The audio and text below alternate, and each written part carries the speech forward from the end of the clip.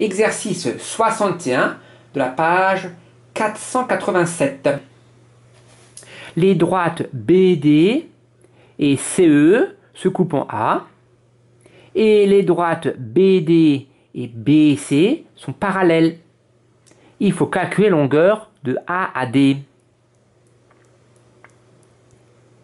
Les deux triangles ici, on a l'impression qu'ils sont semblables. Ça veut dire que l'un est un agrandissement de l'autre. Pourquoi les sont-ils? Premièrement, cet angle-là est égal à cet angle-là. Ça veut dire que l'angle CAB est égal à l'angle DAE. DAE. Pourquoi est-ce qu'ils sont égaux? Parce qu'ils sont opposés par le sommet. Car ils sont opposés par le sommet. En fait, ça veut dire qu'ils sont symétriques par rapport au point A. Et la symétrie concerne les angles. Bon, bref, ces angles-là sont égaux quand ils sont symétriques par rapport au point A. Ils sont opposés par le sommet. Cet angle-là est égal à cet angle-là. Ça veut dire que l'angle CBD est égal à l'angle ADE. Pourquoi? Car ils sont alternes internes. Car ils sont alternes internes. Et les angles alternes internes ne sont pas toujours égaux. Ils sont égaux seulement si les droites qu'ils forment sont parallèles.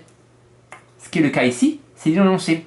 Donc car les angles sont alternes internes et formés par les droites parallèles. Et formés par des droites parallèles. Si les droites n'avaient pas été parallèles, les angles alternes internes n'auraient pas été égaux. De la même manière, je pourrais dire que cet angle-là est égal à cet angle-là. Parce qu'ils sont aussi alternes internes formés par les droites parallèles. Donc ceux-là, ils sont égaux.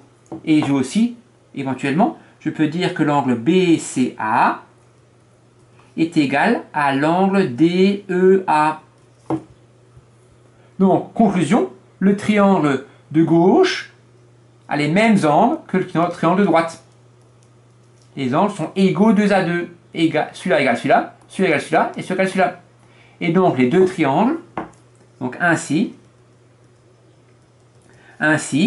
les deux triangles, le triangle ABC et le triangle ADE ont leurs angles égaux 2 à 2. Ont leurs angles égaux 2 à 2. Ça veut dire qu'ils sont semblables. Ça veut dire que les deux triangles sont semblables. Et comme les triangles sont semblables, les longueurs des côtés homologues sont proportionnelles. Donc les longueurs des côtés homologues sont proportionnelles. Donc j'ai un tableau de proportionnalité. Sur la première ligne, le triangle ABC. Et en dessous, les côtés homologues du triangle ADE, qui est une réduction du triangle ABC. Le côté homologue de 10 cm de AB, c'est le côté AD. Le côté homologue à AC, c'est le côté AE. Et les côtés parallèles, le premier BC, son homologue, c'est DE. Et nous, il faut calculer la longueur de AD. On peut bien sûr pas faire le produit en croix.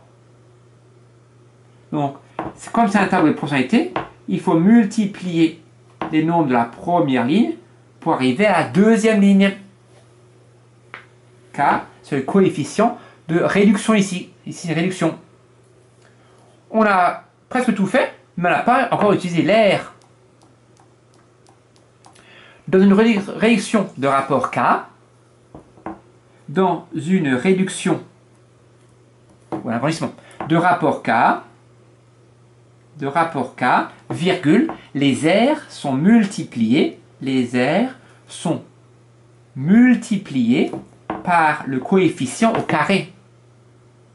Or, l'aire du triangle ABC, c'est écrit en énoncé, est de 30 cm². Et l'aire du triangle ADE, son aire, c'est 19,2 cm². Ça veut donc dire que l'aire initiale 30 multiplié par le coefficient de réduction au carré est égal à l'aire finale 19,2. Là, c'est une équation. Donc, je divise par 30 cm² de chaque côté. C'est-à-dire que k au carré est égal à 19,2 divisé par 30, ce qui fait 0,64. Quel nombre carré fait 0,64? C'est le nombre k est égal à la racine carrée de 0,64 qui fait bien sûr tout pile 0,8. Parce que 8 fois 8, 64. Voilà. C'est-à-dire que le coefficient de réduction est égal à 0,8. C'est bien une réduction parce que 0,8 est plus petit que 1. Comme on sait maintenant que le coefficient ici c'est 8, comme on sait maintenant que les noms de la première ligne multipliés par 8 donnent les noms de la deuxième ligne, on peut calculer AD. Et donc la longueur AD, c'est égal à la longueur 10 multiplié par les coefficients qui est 8. Et 8 fois 10, 0,8. 8 fois 0,8 égale à 8 cm. Donc la longueur AD, j'ai pas beaucoup de place, j'écris ici, la longueur AD est de 8 cm. Voilà.